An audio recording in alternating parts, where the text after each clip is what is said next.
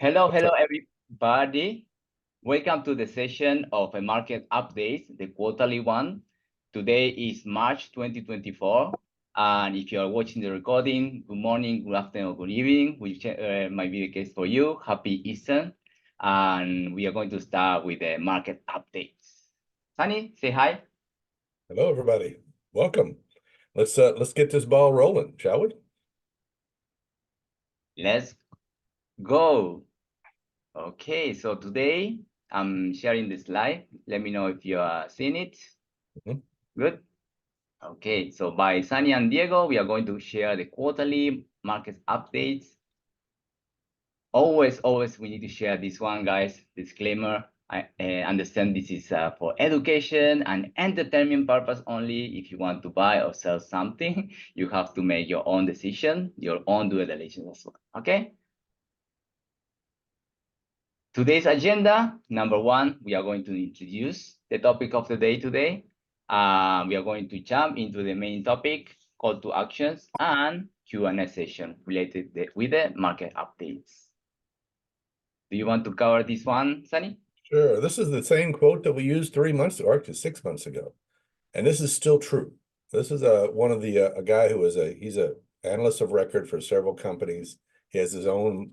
He ran a hedge fund for a while. He has his own educational and stock investing service. Ophir Gottlieb, brilliant guy. And this is his meme that he keeps repeating over and over again. Inflation really isn't the problem with the markets. We're talking about the stock markets now. Inflation isn't the problem with the stock market. But what the Fed thinks about inflation is the problem at the stock market. So what everyone is doing for the last, goodness, 2 years has been reacting to what the Fed is doing or what people think the Fed will be doing in terms of changing the interest rates charged to banks. And we'll get into that a lot deeper. So that's the interesting thing. We deeply feel inflation as in consumers. So I'm never going to minimize that. But the markets can brush that off. But the markets cannot brush off an uncertain interest rate environment. So that's the bottom line. By the way, how many of you are already investing in the stock market? Put me in the chat so we can see it. If you haven't started yet, put not yet, because it's a matter of time.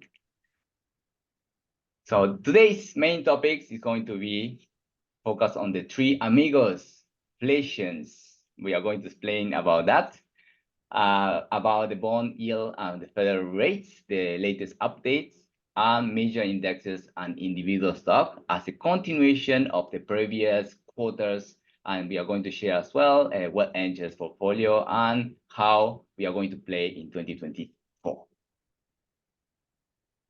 Okay, right. Danny, take it away. What are the three inflations? Well, there's inflation, there's disinflation, and there's deflation. All right. So inflation is what we're all familiar with, the broad increases in prices over time. And in general, there is almost never a time when we don't have some level of inflation. Prices go up incrementally all the time. Deflation is the opposite. Prices are actually going down. Right? That's very rare and actually very destructive, which we'll find a little more about that too. Disinflation is what we're experiencing right now. That means the rate of increase in prices is getting less and less. It's still going up. It's just not going up as fast as the last time. And so that is called disinflation. So we need to understand and be sure those three terms are well understood in our minds when we start reading about all this kind of stuff in the news media and listening to, the news or podcast. We are now in a disinflationary period. And the reason for that is because the Fed has taken decisive action. So there's your homework. 3 terms to remember. There you go. Next slide. Okay, this is in the United States, we track something called the Consumer Price Index. And that's what everyone hears about on the news and all this kind of this. What's the Consumer Price Index doing? It's a basket of goods very broad basket of things that people generally buy, and they track the prices on average across the country. And so if you look at that graph there from 2000 and say, well, from the start of the graph through about 2020, it was pretty steadily right around 2% or less. That was a golden period. That was actually the government's desire was inflation would be around 2% or less. And the government has nefarious reasons to keep inflation around 2%. But then in 2020, look what happened. First, inflation dropped almost to zero during COVID. And then it just spiked up. All right, and that shook up everybody. And it was worse in some parts of the world than here in the United States. And Europe had even higher inflation than here in the United States. But it got up to almost 9% here in the United States, and that really shook up the policymakers. And so the arm of the quasi arm of the government, our central bank, had to do something. And that they did something very decisively. And you can see that starting in 2022, the rate started dropping dramatically. That's the result of their actions. And now we're in a period of gradually, it's kind of leveled off a little bit. This doesn't show the data as of Friday, by the way, or Thursday, when they did release, it was a little bit lower than the graph shows at the very end there on the right.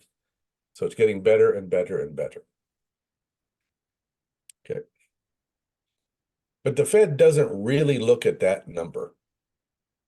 It looks at this number. It's called personal consumption, personal consumer expenditures. Sorry. All right. That takes out a few things that are more volatile in prices, things like energy and food. It looks at things that are generally more or less expected to be kind of steady in prices and see how those are changing. And as you can see, the same story there, that everything was more or less hovering around 2% or a little bit below, and then you saw the big spike. And that's what really shook up our policymakers, and that's what drove them to take some decisive action. And you see it worked. This came straight back down. It's coming down much more reliably than the PCI we saw in the previous slide. So from the Fed's perspective, things are working pretty well. Okay, next slide. But don't get too excited about that drop,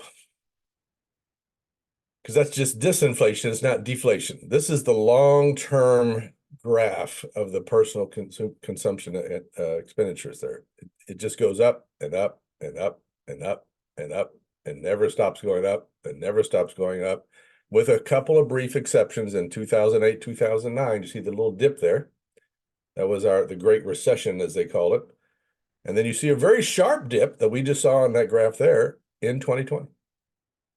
All right, that was the COVID recession. But after that sharp dip, it took off like a rocket, and it is just kind of now leveling off. So remember, it's not that this is coming down, it's just not increasing as fast. Disinflation. Okay, here we go. Commodity prices, this is something called the Producer Price Index. And this tracks what businesses pay for the components they buy to, in turn, make things to sell. And they are actually in deflation. This is not an index showing the rate of increase. This is the actual index of the actual prices. And you can see here, since the last big peak there on the very far right, it's actually coming down.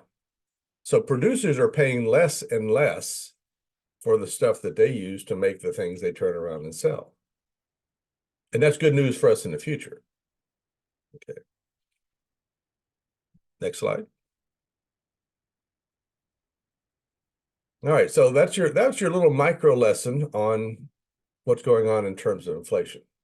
All right, the United States and all central banks around the world pretty much in unison saw a spike in inflation, and then they acted decisively. By acting decisively, what I mean by that is they raised interest rates that they control.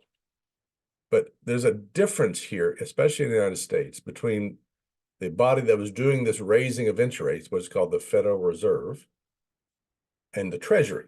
Treasury is where, the U.S. Treasury is where it collects taxes and disperses money and all that kind of stuff. The Fed controls how much it charges to lend money to banks. So when a bank wants to borrow money from the Fed sets a rate for that. And what they were doing to try to control inflation is raise the rates that they were charging to banks. So the cost of money for banks went way up. So what do banks do? They charge more money to their clients for loans, right? When a business came to a bank to get a loan, they were suddenly faced with a much higher interest rate. So what did the businesses do? They didn't borrow, or didn't borrow as much. And so that puts a very strong and quick dampening effect on the economy. Businesses that might have wanted to expand suddenly find it too expensive to go get the money to expand, and they just don't do it. And so the economy slows down. Okay. The other thing that people read about all the time is what is bond yields doing? And bond yields are not set by the Fed. They are debt instruments sold by the Treasury to the public or to institutions to cover the deficit in the Treasury spending. They're borrowing money from the public to cover government spending. And these are set at auction. There's nobody who says bond yields will be X. The people who were interested in buying these debt instruments come to an auction, and they'll only buy the debt instruments when the interest rate is acceptable to them. And so it goes up for auction. And so this is the public's opinion about what debt should be worth. This is no government policy here at all. This is the reaction of the world to what they think debt should be worth. And so on one hand, you have the Federal Reserve telling the banks, you have to pay this much if you want to borrow money from us. On the other hand, you have the rest of the world telling the government, this is all I'm willing to pay for your debt. And those two are correlated, but not the same. So let's move on to the next slide. So why is this important to us as investors? Right. For one thing, the rapid rise that the Fed engaged in raising those interest rates they charged to banks had a huge negative effect on the stock market. Right. People in the stock market is always forward-looking. And they looked out and they said, God, goodness sakes, debt is more expensive. Companies aren't going to expand anymore. I'm not going to pay as much for a stock. Remember, I'm going to sell my stocks. I'm going to get out of this. I have no idea what's going to happen, right? And so you saw a serious decline in the value of the stock market while the Fed was busy raising those rates it was charging to banks. But in parallel to that, there's this bond market. And investors in financial assets generally have two choices: bonds or stocks. Bonds or stocks. And there's constantly deciding how much of each they should invest in. For a long, long time, bond yields were very low and they weren't very attractive to investors. So they invested in stocks instead. Right? So that was, for a long time, stocks had a lot of money flowing into them because there was no good alternative. Now bond yields have risen because of all this environment that's going on now, the raising of rates and the public opinion about the value of debt. Right? Bond yields have risen to the point where now they're attractive to investors. Now people are saying, I'd rather not take the risks in the stock market, what they think are risks, and I'm going to instead take this sure bet and get almost 5% on a bond instead. And so money is now flowing out of the stock market into the bond market, which puts more pressure on the stock market. Right? So this is a problem this is why in 2022, we had such a massive problem in the stock market. You had the double whammy. Bond yields became attractive, and investing for growth became unattractive. So let's go on to the next slide. Here's the graph of the 10-year Treasury bond. The bonds come in a variety of lengths from 3 months all the way out to 20 or 30 years. But the 10-year is crucial because that's generally associated with things like mortgage rates, automobile loan rates. Those things tend to be closely aligned with the 10-year Treasury bond rate. So as as we see here, from the depths of the COVID recession in 2020, the bond rate went from less than about 0.5% all the way up to 5%. Now that doesn't sound like much, but in the world of bond trading, that's a tenfold increase in yield. Massive, massive change, rarely seen. And so things got more expensive for us. If we want to buy a house, suddenly our mortgage rates were way higher than they were before. If we want to buy a car, suddenly our car loan rates were way higher than they were before. So people opted not to do that. People weren't buying houses. People weren't buying cars. And we got this whole depressive kind of thing going on as the Fed was trying to reel in inflation. This was the corollary effect. The bond yields are still pretty high. They're still over 4%, and they're still pretty attractive to investors. So this is kind of where we sit today. Little economics lessons for you guys. I hope you all can bear with that. But a little economic lesson to get you some context as to what's really going on out there in these markets. Here's a long-term view of that, though. If you notice that towards the right there, we're sitting at what looks to be a really high value recently of 4%, but look at historically. Bonds historically reached as high as almost 15% and steadily declined for 30 years. 30 years. Till they kind of stabilized very low, and then this happened. Now they're going right back up. So historically, we're still not at a super high rate, but locally, recently, we're at an extremely high rate. Okay. Now this is a chart that shows these are in trillions of dollars, okay, basically, or millions, so I'm sorry, billions of dollars. This is money flows from all the mutual fund universe out there. So when people are, taking money from one mutual fund and moving it to another, or new money coming into mutual funds, this is what's going on. You see here that each of those, the total equity line, the very one at the top, most of those are negative to massively negative. That means money is going out of equity funds. People are pulling it out. All right. And then as that red arrow kind of curves around, you see at the bottom of the total bond market funds, money's been flowing in big dollar amounts going into bond funds. And this is the consequence of what we just saw in those other slides. As these yields became more attractive, people said, I'm fine with 4% or 5%. I'll move my money over there. And so that's, again, putting more negative pressure on the stock market than normally you might expect. Okay, next slide. The other thing money's flowing into is something called money market funds. So when you have a brokerage account, whatever cash you have in a brokerage account that's not invested in stocks is usually invested in a money market fund. It's considered safe. It gets kind of okay yields when overall market yields are high. And people will kind of just say, I'm not ready to put it in the stock market. I'll leave this in my money market fund.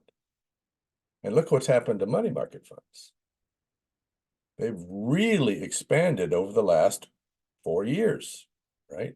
They were pretty steady, around $3 trillion from 2011 to 2019 or so. And then the value of money in those on the sidelines, as they call it, in cash, more or less, instead of being invested, has skyrocketed. People are just reluctant to put their money into the markets. Okay. And there's a ratio that some people look at. It's called the potential growth indicator that says what's the ratio of the money that's in those sidelines and those money market funds to all the money invested in the stock market. Right now, it's about 11.3%. Okay, 11.3%. It usually ranges somewhere between 9.5% and 11.5%, just as a normal basis. Right now, it's getting pretty close to the upper limit. When it gets pretty close to the upper limit, that means there's a lot of pessimism and fear out there. And if you're a contrarian investor, where you're greedy when others are fearful, it's an indicator that maybe you start looking for some time to invest. When it goes below 9.5%, that means a lot of the money that normally is on the sidelines has been deployed into stocks. That's usually when you will get greedy when get fearful when others are greedy. So this is the old Warren Buffett statement. And the reason for that is basically saying that individual investors are stupid. Okay, it's really it's a slap in all of our faces. It says, well, if all these individual investors are putting more and more money in the stock market, we better get out because that's the stupid money. Or if all the guys are holding the money tight to the chest, that means they're fearful. Oh, we better get in because that means that's the stupid money is being that way.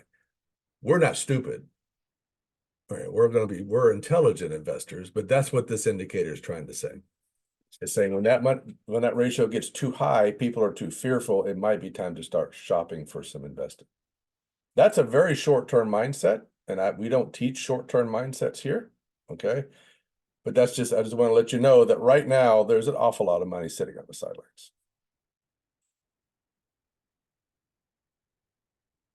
And Diego, take it from there. Okay, my turn. Yes, thank you, Sunny, for sharing. I know that is your passion, educating our members, and I hope the members as well is absorbing a lot because it's very important to get to know. We are not looking at the short term.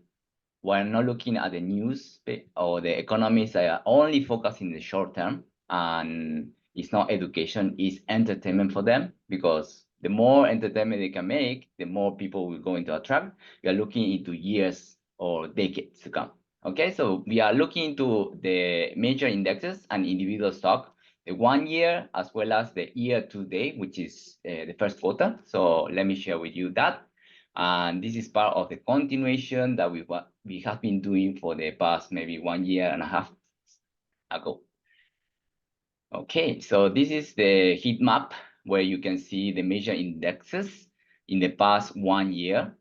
Okay, so it's March end last year till March end this year, so it's 1 year. You can see here the major indexes like the SPY, which is the S&P 500. You might have other company, the Nasdaq, the QQQ, which is already 42% since last year. SPY is around 31%, and you will see more or less they are all green. There was some period in time last year when we share around October, it was not this green, but now it's becoming a little more eco-friendly or pocket-friendly or investor-friendly, whichever you might want to call. And we are going to share as well the summary of this. So stick with me. The S&P 500, so the top 500 company, the basket of the best 500 in the US stock exchange. This is the main ones in the past 1 year. Like we have Microsoft, we have also Apple, Google, Meta, Nvidia, the big winner of last year and still a big winner. Amazon, Visa, MasterCard, the banks around here, and then manufacturing, industrial, consumer cyclical, auto manufacturing, and so on. So Tesla looks like not really good, and it's been making a lot of joke about Tesla. So more or less are those companies, the big ones, are actually pushing up the S&P 500, as you can see. Let me clarify. Those of you who are not used to seeing these heat maps, the size of each box represents the size of the business. The color of each box represents how well that stock has performed. So really bright green means it's performed really well. Really bright red means it's performed horribly. But like Microsoft is a really big box because it's one of the largest companies in the world. Right? So it's the size of the business. So there's two things here. It shows you the basically how big each of those companies really are. And then it shows you by the color how well that business has done over the past year. Okay. Yep, thank you, Sunny. And more or less here, this color means 30% and above. So more or less, they are 30% and above. year to date is still not there yet, but we can see around 10% ish or 20%. Okay, so this is the major indexes year to date, which is only 1 quarter. So we SPY, which is S&P 500, is almost 9.15%. QQQ, which is the technology companies, or mainly by technology companies inside, there is 8.25%. So I believe last year was a great growth. Maybe this year is starting to go a little bit more slowly, right? Slow, but we can still see that it's still green, more or less. Then the individual stocks year to date, except of Apple and Tesla, which are in red, the rest is still doing very well. Look at this boy, NVIDIA, 86% year to date, which is the past 3 months. So keep going up and keep jumping up as well. This is one of the companies we are looking into for the past 1 year almost in our investment club, but more or less they're doing pretty well. This is the summary of the first quarter of 2024. You can see China. If you're investing in China, you might be suffering right now, but they're doing not really good. It's negative for the year to date. Dow Jones 4%, SPY, which is S&P 500, 9.15, and Russell 1000, which are the medium and small cap, I think they're doing around 11%. We want them to actually pick up even more further after the big companies. Actually, the big cap company did very well. This company might follow or might not. Might take some time.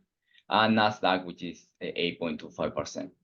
And the manga stock, which is Meta, Amazon, Netflix, Google, Apple, they're doing pretty good this year as well.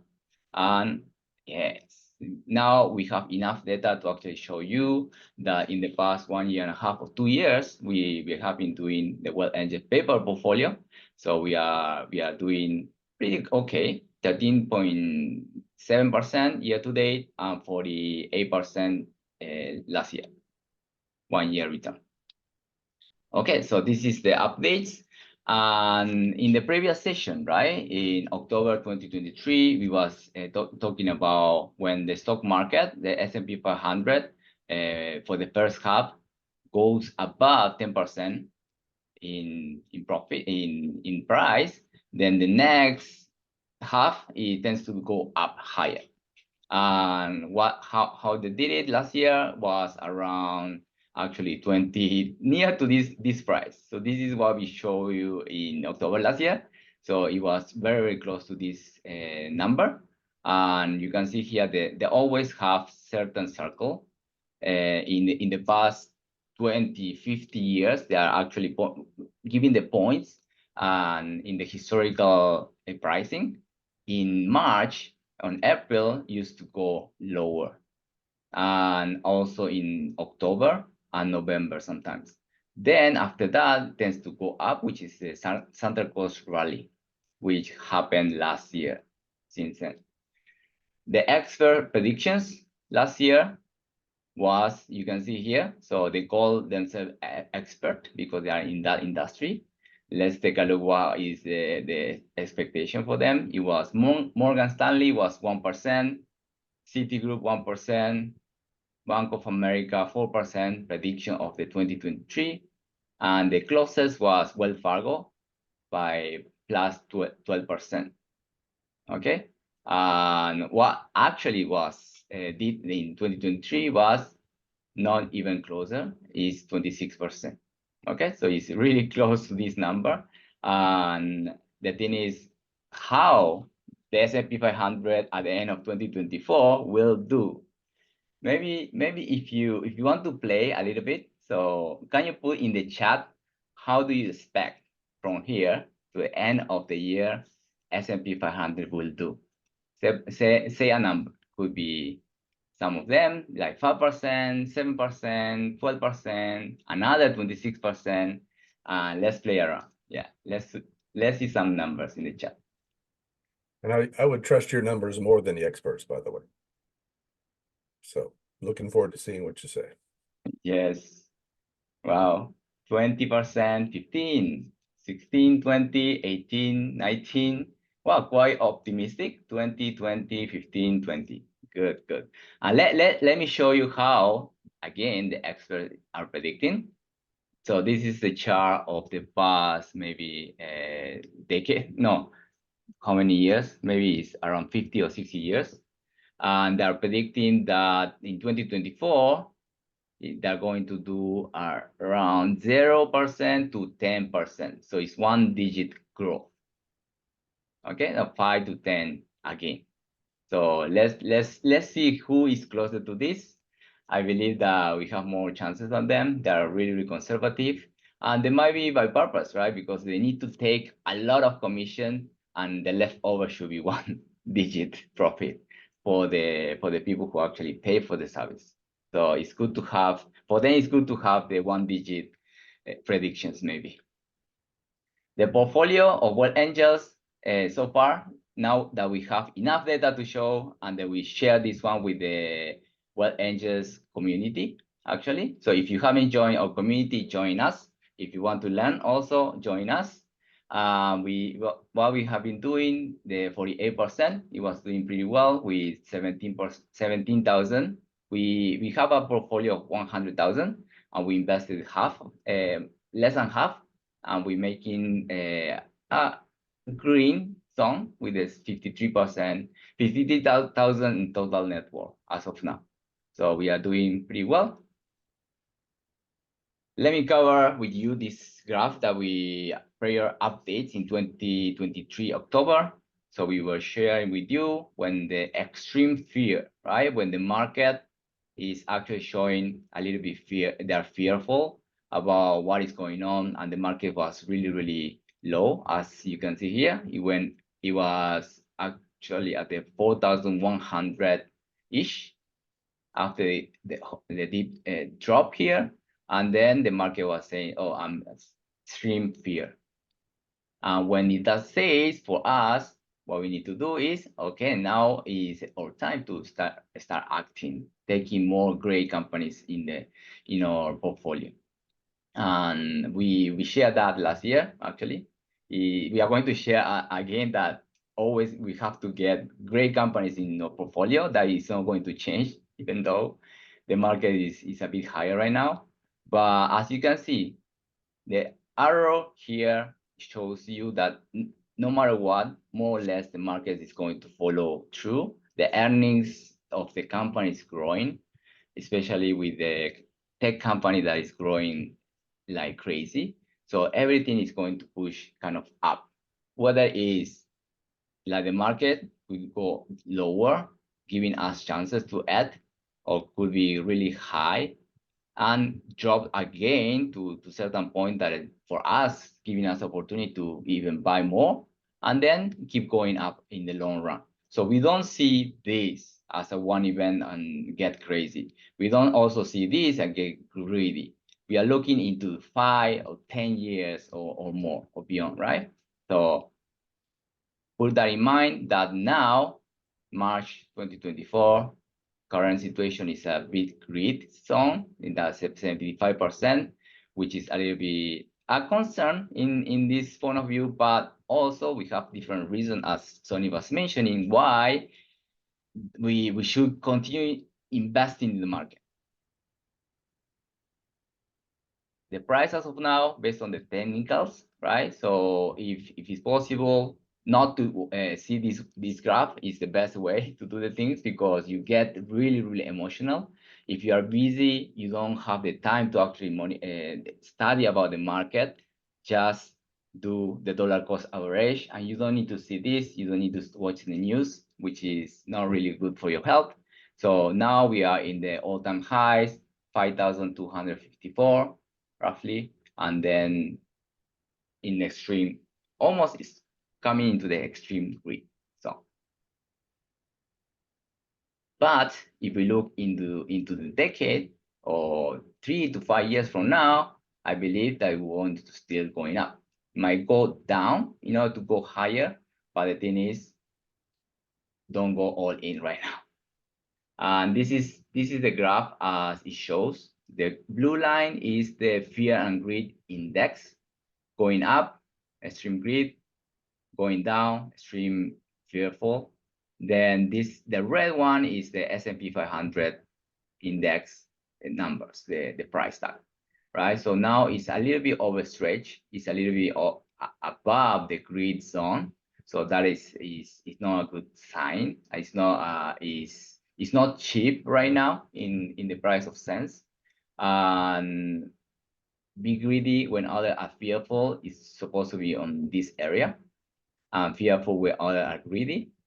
Then we need to take a little bit, be cautious about the current market situation. And I will say, if you are looking into the plan of this year, I have to share two options, and maybe Sunny as well. You might want to share yours.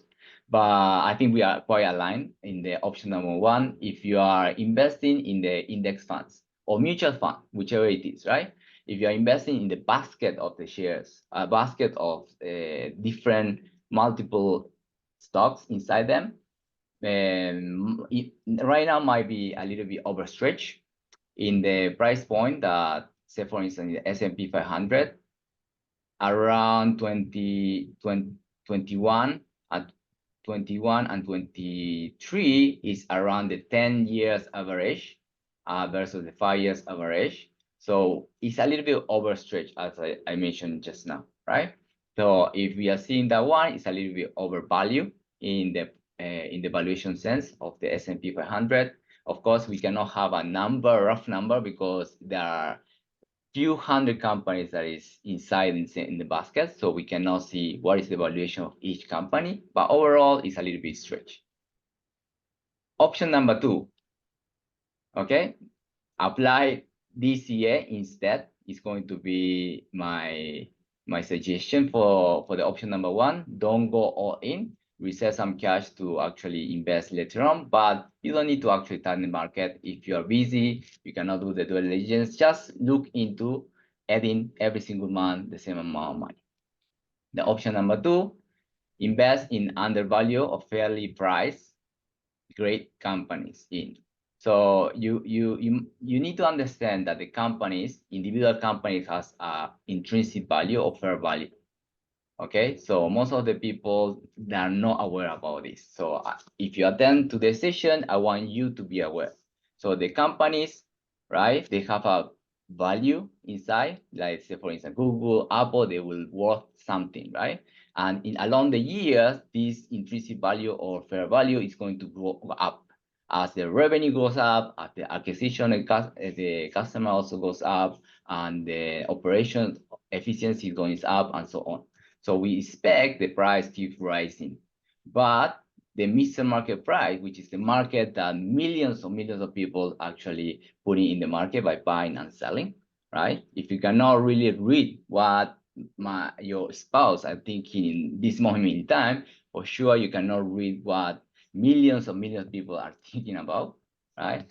So if you're looking to price tags, it might be sometimes that is very overvalued, which is expensive, or sometimes I give you the chance to actually go in and then buy a discounted price. So if you know these fundamentals, if you know how to evaluate the companies and know about this, what is the price of my company? Should I buy now or not? This really depends on the valuation as well, and if it's a great company or not, right? But if you know that now is cheap, then that could be a no-brainer. But that you need to understand there is something like this. There might not be many companies right now because everything is overstretched, but there's still companies at great value right now. Okay, and as Sunny mentioned, just also to add on this, there are more than enough to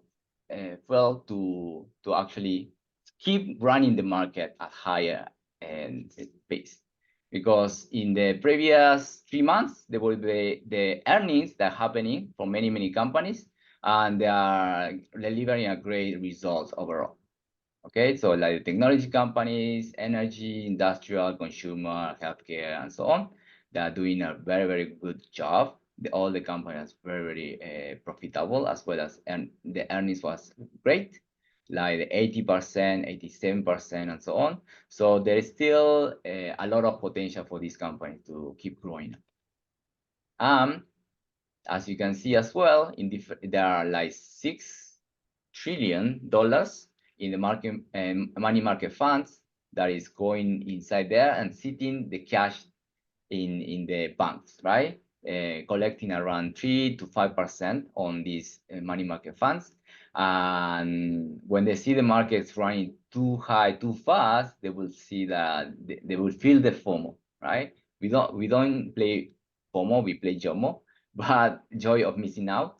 But they will see, oh, I want to earn the 13% or the 26% that the market is now giving instead of the 5% from bonds or money market funds, right? So they will start putting money into the stock market, as Sunny mentioned just now. So be aware of that. They still maybe run away to continue, but the thing is, yeah, be careful because it's not cheap right now to invest. You got the chances last year many times, but nowadays we need to be a little bit more careful. Okay, so Sunny, do you want to give us the conclusion? Sure. Good news here for us as consumers is the rapid rise in prices is abating. Okay, still rising, just not as fast. So core CPI or CPE is in disinflation. All right. The longer term view is even better. The commodities that go into making the products that we buy are actually in deflation. So we should expect this disinflation trend to continue. The only downside is the high treasury yields today threaten to throw the economy into a recession. In other words, the Fed's actions to slow down inflation also dampen the economy as a whole. So there's a term that's been tossed around for the last 2 years called a soft landing.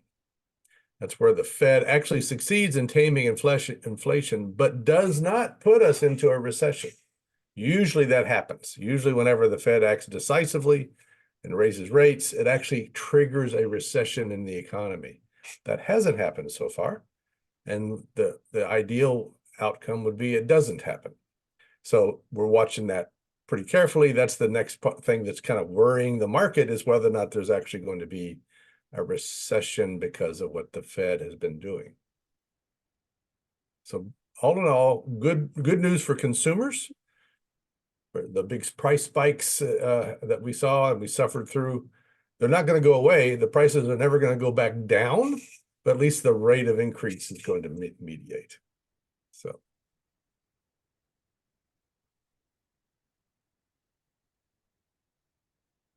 Okay, soft landing does remain possible. Like I say, the inflation is diminishing. Right now, they just revised the fourth quarter of 2023 growth rate for the United States upward from 3.2% to 3.4%. So they always make an estimate at the end of every quarter, and then they actually, when the data starts rolling in and confirming it, they'll adjust that.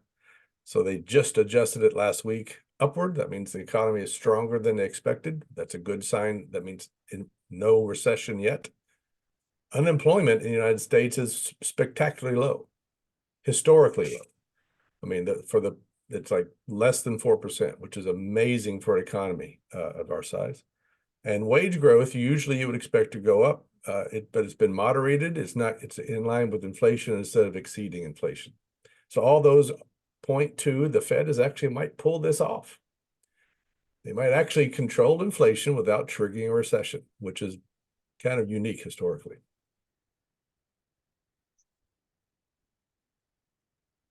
Okay. Call to action. Diego, what's our call to action?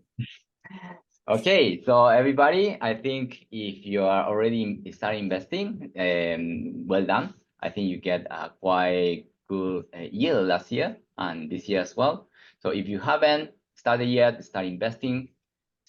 Start small via this index fund or even mutual fund, right? With the support of the professional advisor. So you have to really check upon them if there is not much conflict of interest there, which there is always.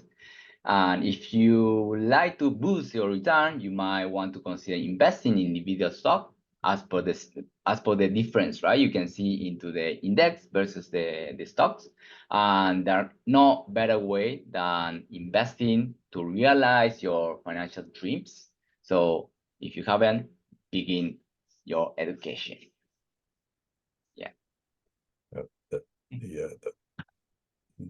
Almost nobody gets wealthy from a salary, unless you just happen to be, the son of a tycoon who's paying you $25 million a year just to be a son, okay, or something like that. But almost no one gets wealthy from a salary. The only way to get wealthy is to, as we preach over and over and over again in Wealth Angels, create a wedge between what you spend and what you earn, and that difference you invest in assets that will grow over time. And that's what gets you wealthy. We'd love to teach you that.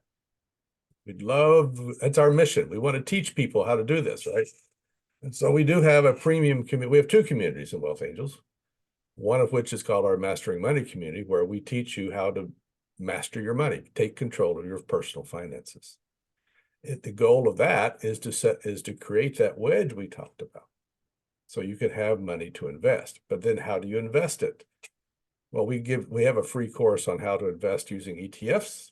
At least you get you started. You can start using the markets to your advantage. But as we said in the last slide, you can do better than that. Right? And this is our invitation to join our premium community, where we teach you how to invest in individual stocks instead of buying baskets of stocks, how to evaluate great businesses, how to figure out where you want to invest your money to get higher returns. And so if you're interested in that, if you're ready for that step, we'd love to invite you to join us in our premium community.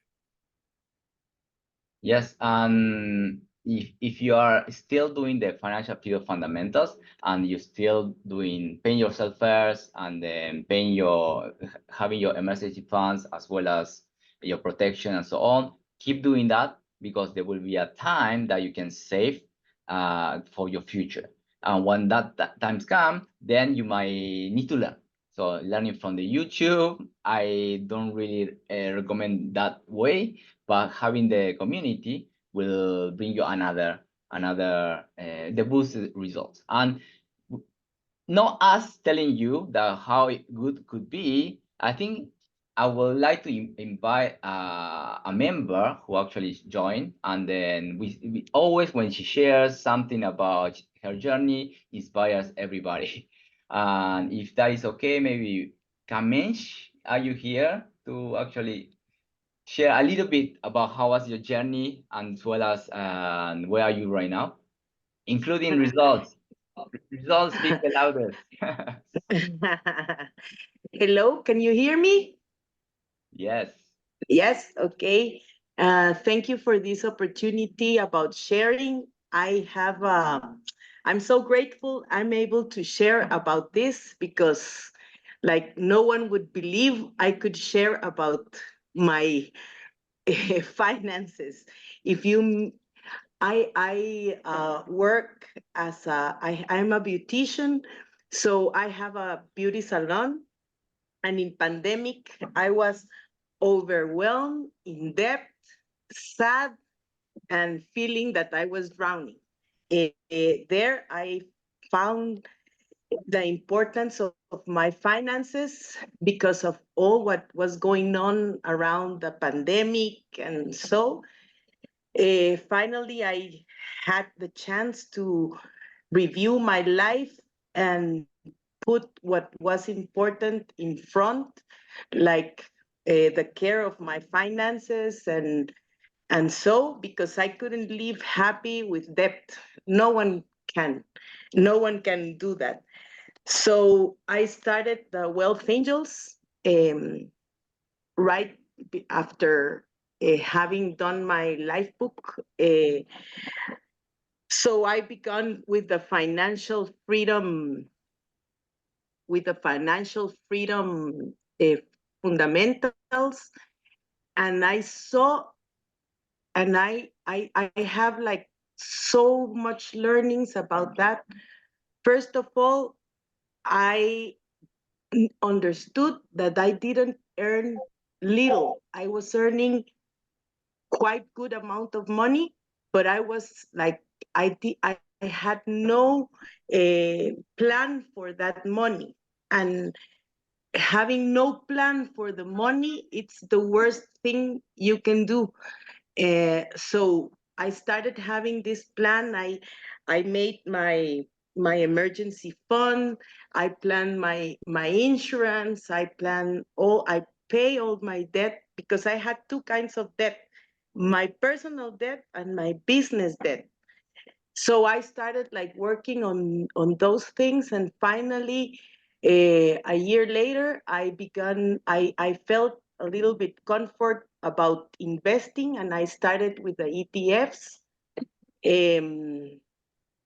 I started with the ETFs, and so I bought 5 different types of ETFs, and I was doing okay with the ETFs, and I was happy. But then we started like learning about stocks.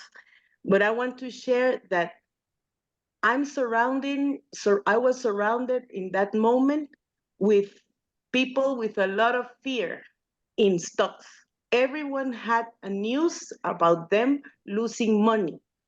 My son-in-law, he used to be a trader, or he is a trader, and he was losing money, and everyone was losing money around me in the stock market.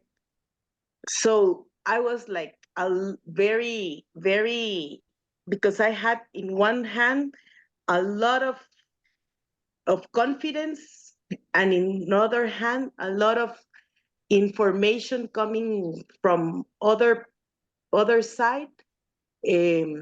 So I began learning about my mindset, which was amazing. First of all, we read some books with Laura and the community, and we started like looking at a lot of the mindset, which I think it's super important. Then we went in a group with Trisha, learning about the 100 baggers, which was amazing also.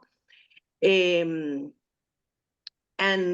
like we started like doing this mindset change, and then understanding what type of investor I was going to be. I started being a super conservative investor because I didn't want to lose 1 penny.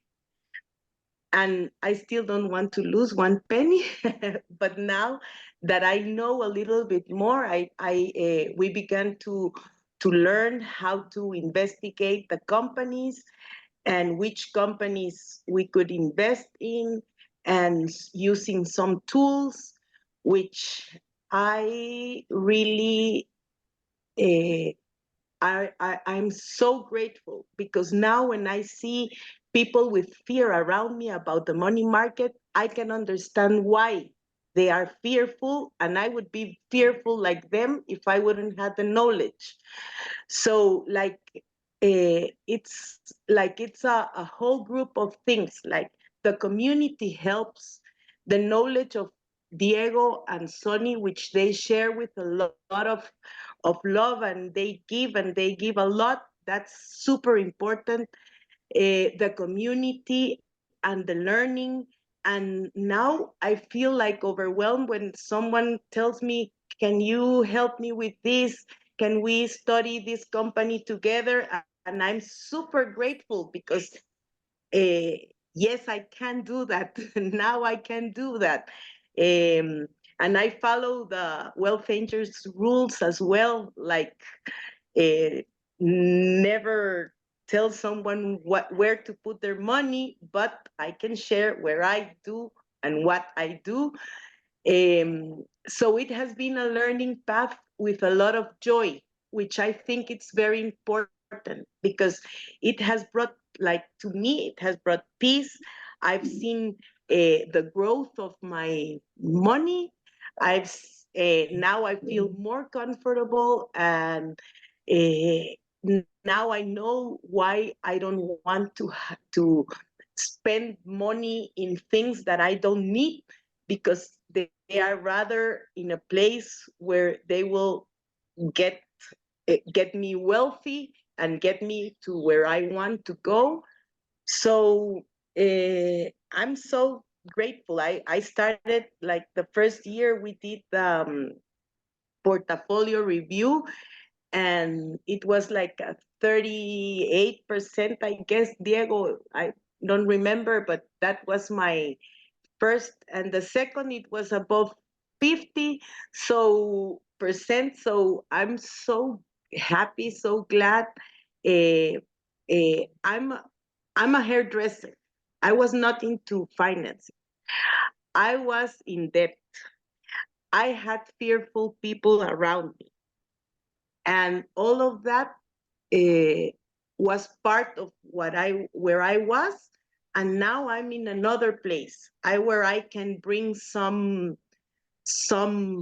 peace to people and some view to people, to make better with their money. And we have a group that you are welcome to join. We join at 4 a.m. 3 times a week.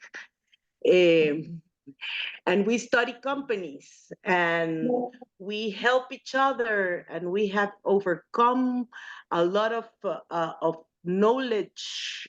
We have learned a lot between us because we all bring something different, something new, and we collaborate between each other. And it has been so much fun learning with love, with patience, and in a very nice community. And you are welcome to come and join us, because like none of us teach each other. We just bring this doubts. We have a doubt, we bring it, someone shares, we go back to sometimes we need to go back to the recordings of Diego and Sonny, or sometimes we ask in the community, and we are learning, and it has been very nice. So I really appreciate what I have in Wealth Angels. I'm ready to go on, and if someone wants some type of advice, go for it. Go for it, because it will bring joy, and it will bring like this sense that you are doing the things right. So I don't know what else I can share, but bueno, there's something I can share. Like, I have my family and my close friends telling me things like, move my money. And I would say, no, no, no, but not even, no. But you can join Wealth Angels. So they are starting to join and learn by themselves. So that's what I have to share. Like, Thank you. Love it, love it. Always you inspire me. I still remember when we have a chat since the Financial Field Fundamental series, when the depth it was there, the not really this mindset was there as well, and you still learning. And took some time, but you pick up fast, and then look at you. You are rippling this effect about the knowledge, not only for yourself, because we need to put the mask on ourselves first. We need to learn ourselves first, and then you can ripple towards your son, your kids, your family members, as well as your friend and the community. So this is the mission for Wealth Angels. And I believe that if like-minded people or the heart-centered people, like all of you here attending, will be able to ripple the effect. That is the best outcome that we desire as Sunny and myself. Okay, so that is a great sharing. And we never planned this, but I said, do you want to share? And she was really open to be here today. And I think she just came back for a holiday, and she's taking holiday very often these days. Maybe the stock movement is paying your holiday, but this is a good thing. And we know that we became more intellectually stimulated. This is going to also expand, and you will see the companies differently. You will see the economy differently, as well as if you are a business owner, you will see from the investor point of view how your company has to run. So there are way more benefits of becoming an investor and knowing what you're doing. Not only the emotional stability you will have, not only the control of your money you will have, but way more that you can ever imagine at this point in time. So yes, thank you so much. And the only other thing that I want to say is that English is not my first language. So for me, understanding gets a little bit more time and more energy. So we all can do it. Absolutely. It's not my native language neither. So we can do it. Hey, it's my native language. I'm the lucky guy. But anyway, let me clarify a couple things in the questions here. We have two courses that we have developed and delivered over the years for Lifebook originally. They're called the Financial Freedom Fundamentals series and the Investment Fundamentals series. And those are free and will always be free. Right? Those are available on the Lifebook platform. That's how we want you to learn to be able to make your life better and make everyone that you know make their life better as well. So that will get you to master your finances and to start investing in a very simple but effective way. That's the goal of those two courses. They're also on the Wealth Angels platform. We are currently doing the Financial Freedom Fundamental series for the third time. Right, this time we're instead of doing it on a 20-week series, we're doing it over once a month for 10 months. So it's a little different cadence, a little different path. But if you've never done the Financial Freedom Fundamental series before, you can either watch the old ones for free, or you can join us for the new ones also for free. So that's important to know. And we have our our Mastering Money community on Wealth Angels is also for free. That's where you can come and get the insight and help and assistance and the community boost as you master your own financial situation. We also have the premium community. The premium community is not for free. However, it is way cheaper than anything else on the market in terms of getting you an education in how to invest. And I'm talking about orders of magnitude cheaper. All right. So it will cost you something, but if you go out and try to find the same kind of education elsewhere, I promise you, you'll pay a lot more. So if you're interested in that, learning how to invest in stocks, it's a very intensive course. Right? We take you through what we call the holistic investing approach, which allows you to invest in companies at any stage or any type of business and understand how to approach each one of those so you can make your own evaluation. That costs a little money, not very much, but we'd love to have you in there because we have found, honestly, when we offer things for free, people value it at zero. They don't give it any value, right? So we decided purposely, even though our mission is to try to help as many people as possible, to charge a small amount for our premium community. So people, they have to put a little in to get a lot out. Okay, so that's our goal, to try to get you invested fully. So you're in the game, you got some skin in the game, and now you're going to have more motivation to actually stick with the program and get some real good benefit from it. So I'd love to see you all there. But if nothing else, start with the Financial Freedom Fundamentals series and join us live if you can for our current version of it. And if you don't think you can make those every first Sunday of the month calls, watch the recordings of the other series. They're all there for you to enjoy. And there's also a few questions I think I'll try to take a stab at. Michelle and Michelle two Michelles have been asking a lot of questions here. Go back and find it here. One of them was about inflation. Where was it? Here, we often hear that the reason for inflation is because they keep printing money. So it's losing value. And that's absolutely correct. There are many ways how that impacts the reason inflation starts. And I skipped a bunch of slides today about the actual root causes of inflation, and that's one of them. But all of them come down to the fact that there's more money out there in the economy than the value of the goods and services that are available.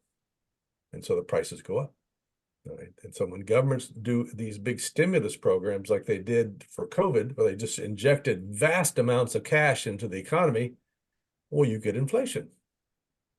Right? That's just the natural outgrowth of that. So that is true. It is. And then the other question from Michelle Hunter was, why does the government try to keep inflation at 2%? Well, 2% is low enough that people don't complain. Okay. But high enough that the value of government debt goes down every year. Okay, so they're going to pay back their debt in inflated dollars. So they're actually not going to pay the full amount of the debt that they're borrowing today. So it's to their advantage to have a little bit of inflation so that the impact of what they're doing to the world is going to be a little bit less for them. But it's still going to be going up for everybody else. So there's a little nefarious intent there by the government. If the government just printed enough money to match the increase in the GDP, the gross domestic product, we would have almost no inflation. Almost no inflation. But they always print a little bit more, roughly 2% more if they're being scientific about it. And that allows them to pay back their massive debts with inflated dollars, which are worth less. Okay, so that's two good questions there. Someone asked about Tony Robbins' new book coming out about smart money using alternative investments. I've not read the book, so I can't answer the question. Does anyone know what alternative investments he's trying to promote?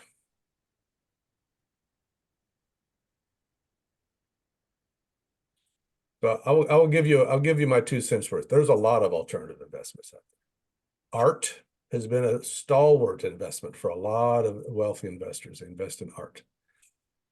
Lately, things like bourbon and scotch have been great investments because they tend to go, if you have the really rare expressions of those, they tend to go up in value over time. Cryptocurrency has been a really raging hot topic about people investing. So here's the problem with that. Diego mentioned earlier in our presentation that you can calculate roughly the value of a company, the intrinsic value of what a company's actually should be worth. And the stock market will vary up and down around that, but you can have an idea whether a company is overvalued or undervalued if you can do that kind of calculation. There's absolutely no way to know what a painting is worth. It's worth whatever the next person will pay for it. It doesn't have any intrinsic value except for the value of the pigments on the canvas, right? It's a value it's in the eye of the beholder. Same thing for fine bourbons and fine scotches. There's no bourbon in the world, in my opinion, that's worth $20,000 a bottle, but there are people paying $20,000 a bottle for certain types of bourbons, right? That's because it's in the eye of the beholder. It has no intrinsic value. That's why we invest in stocks. We don't dabble in these alternative markets because, first of all, they require a lot of very specialized knowledge, really specialized knowledge to be able to do that successfully. But the knowledge necessary to invest in stocks is commonly available. We can teach you that. And you can find out information from other sources as well. Lots of information about how to invest in stocks. And it's been a very, very profitable way to invest over a long period of time. Cryptocurrency, same thing as paintings. What's the value of a Bitcoin? It's whatever the next person will pay for it. How do you calculate the intrinsic value of a Bitcoin? You cannot. So it's the same thing as art and whiskeys and tulips back in the big tulip craze of Netherlands in the 1600s. There's no intrinsic value for a tulip bulb. But people were paying outrageous amounts for tulips because it was just a frenzy at the time. Went on for decades until it all collapsed. So I'm going to stick to things that I can value and make a reasonable guess at whether I'm buying something that's worth buying, rather than dabble in the alternative markets. So I'm not going to tell anyone not to. You're all free to do what you want to, but I think if you follow what we're doing here in stock investing, or the alternative one that I think is quite robust is real estate investing, where you can also assign a relative value to something and have some confidence in it, and then get some income streams and build some wealth. So those two, I'm all for it. Go for it. But if you're going to invest in something that has no intrinsic value, that you're just depending on the greater fool theory, that some greater fool is going to pay you more than what you paid for it, eventually that house of cards always collapses. So just be a little careful, have fun with it. If you want to go play some cryptocurrency, have fun with it. But I wouldn't count on building my wealth using something that's called an alternative. The reason why it's alternative, because there's real mainstream things you can use to build your wealth. I was leave it at that. Keep the main thing as the main thing, right? That's right. Any other questions? Do you have? Maybe you can raise your hand and ask, or sharing, or anything. It's your time, no us. No, just kidding. If you have a question, we will going to reply. But yes, let us know where are you, or if you have any doubt, because what we are doing this session, as well as the financial field fundamental session and other session as well, is because I want you to get unstuck and then move the needle. We want that. We know that this is a journey that you might be here and you have to move the needle. So you don't want to get stuck in that point, but by asking question or by sharing something, the other people will say, oh, maybe I can reach out and share my experience about the same topic or the same issue that I have at that point in time. And then you will get messages, or you get somebody who will reach out to you and say, let me share my experience. So we are really grateful for many people, like-minded people and Heart Center, that they are keen to share the knowledge. They're keen to share the experience. And that is what we are doing here. When we teach something that we went through for the past 2 decades or more, then that is going to be able for you to don't face that struggles, right? If you can save that amount of time, money, tears, sweat and everything included, that is part of the package, then you are going to reach to the goal faster, right? So this is what the intention of this community is all about. So the more you talk, the more you share, the more you're going to gain after all. Yep. One more question from Michelle Hunter. Did you say stocks in general are overvalued right now? And kind of yes, but kind of no is what I think the answer. I'm going to speak for Diego. He showed a chart where the current price to earnings ratio for the S&P 500 is higher than the last 5-year average and the last 10-year average, which kind of indicates that stocks are getting richly valued. They're above their historical averages in terms of how much you pay for a dollar of earnings. Does that mean all stocks are overvalued? Absolutely not. Does that mean stocks in general are overvalued? Maybe, maybe not.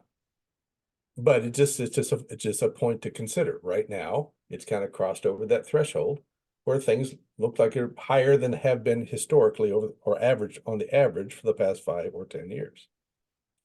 You make the judgment call what that means. There's no hard and fast rules in investing, and the market can continue to be overvalued for a very long time by some measures, or it can remain undervalued for a very long time by some measures. So these are just indicators. Like I said, there's no hard and fast rules about when the market is overvalued, because the market is a very nebulous term, right? Well, what is the market? Well, usually it's a measure of 500 largest stocks in the United States, the S&P 500. As a proxy for the market. But we don't invest in all 500 of those companies. So that measure is not very meaningful to you or me unless we're index investors. If you're an index investor, that's it. That's what you're investing in. If you're an individual stock investor, the index is less important to you because you've got businesses that you've bought shares of, and those businesses are important to you, not the whole index. So just kind of keep in mind that kind of depends on where you're coming from there.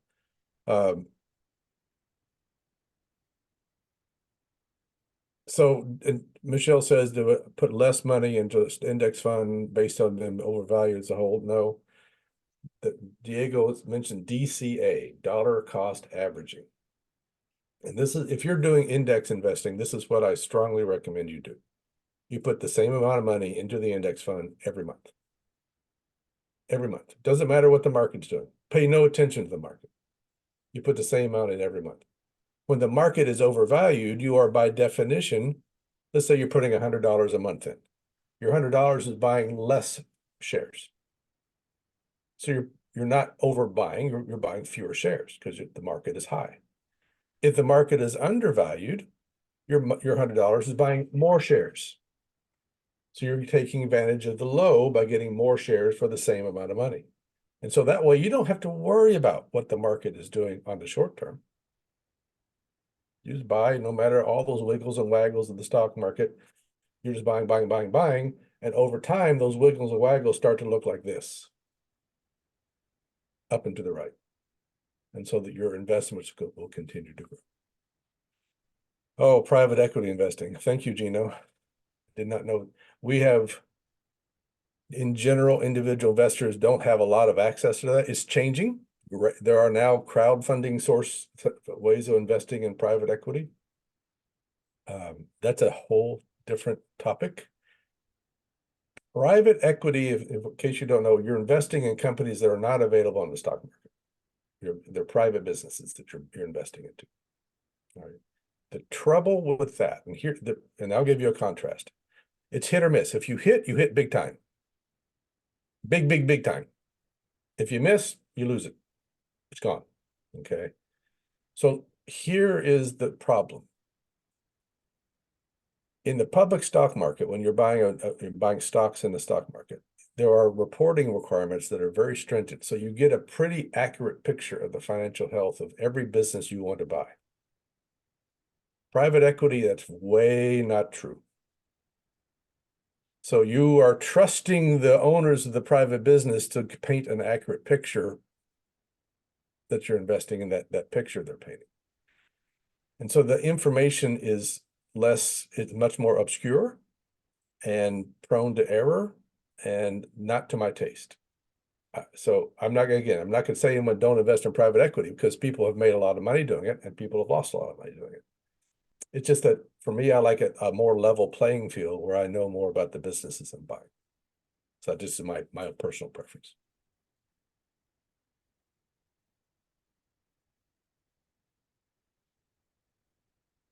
Yes, to me as well. I have many friends who are in the private equity, angel investors, as well as they are venture capitalists, right? So I have gathering with them, and then maybe 10 or 15 one out of 20 that are really profitable, or 15 out of 20.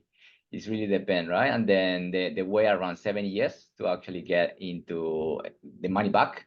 So can you wait 7 years?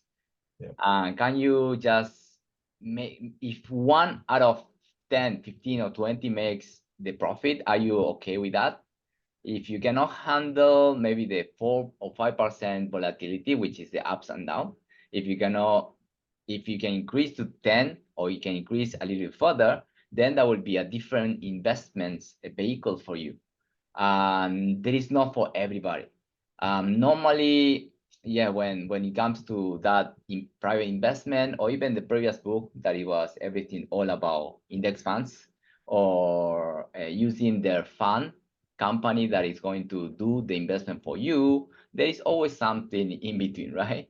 You might not get the full knowledge. You might not get the idea how you do the things.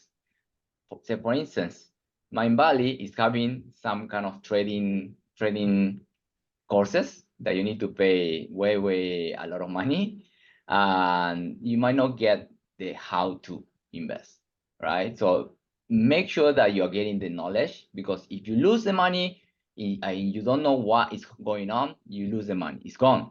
Not even the knowledge is going to stick here. But when you do yourself, when you learn and then apply yourself, the IQ, EQ is going to level up, right? So think about that. Think about what is going to be the best vehicle for you to get to the end goal, to the point, and also getting the information that you need to be that person, right? So it's not just only getting to the goal, but it's always how you you change, right, to become the person who deserves that goal, that diamond as well. This is my point. Tim asked an interesting question. Do you believe inflation is partly fueled by the fact that both human skills and software are constantly improving? That kind of wraps up into the term they call productivity. Okay, productivity is increasing, right? That is true. Productivity increases create most of the growth in our gross national product. It's generally due to productivity increases. We get we get more skilled people, we get better tools to help us be more productive, on and on and on. That doesn't necessarily cause inflation. That causes economic growth. When the money supply exceeds the rate of productivity growth, that's when we get inflation. But productivity growth certainly is the general driver of the increase in the stock market over time. A company today is vastly more productive per unit, employee than a company 100 years ago or 50 years ago or even 20 years ago, because productivity goes up every year. So those employees get more and more productive. And so the company becomes more and more profitable per employee. That has been driving the primary driver behind the stock market increases over time. But inflation is caused by when there's more money than there is growth. Okay, so the money supply, the amount of money floating around the economy is more than the growth in the economy. And so that leads to inflation. So that clearer, Tim? Does that make? Okay, good.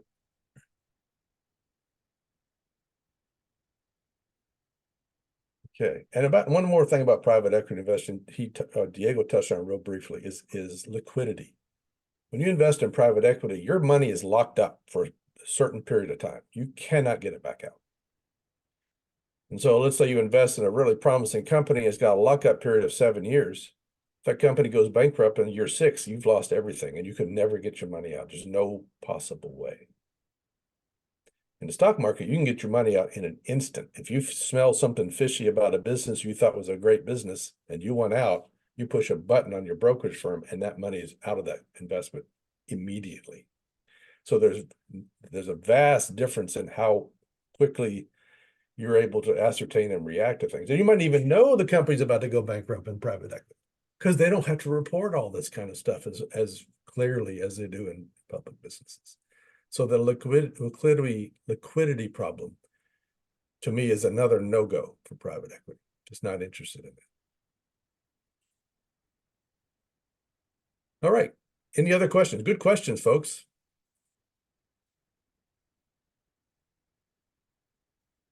Hope to see you all in our next events. Hope to see you in Financial Freedom Fundamentals next Sunday. Hope to see many of you join us in Premium so we can get you rolling towards learning how to invest in stocks and everybody get wealthier and wealthier. Our goal is that there's no limit, by the way. Here's a common misconception that many people have. If I get wealthy, someone else gets poorer. Not true. Absolutely not true. So there's really very little to prevent everybody in this room from getting wealthier. And it doesn't cost anybody anything if you get wealthier. And so it's a matter of managing your money wisely and investing it smartly. And you can, that's it. The outcome will be all of us will get wealthier without harming any other people in the process. All right, everybody. I will hope you all have a wonderful Easter, what's left of it, wherever you are in the world. See you next time. Bye. Bye. Bye. Thanks. Happy Easter. Thank you.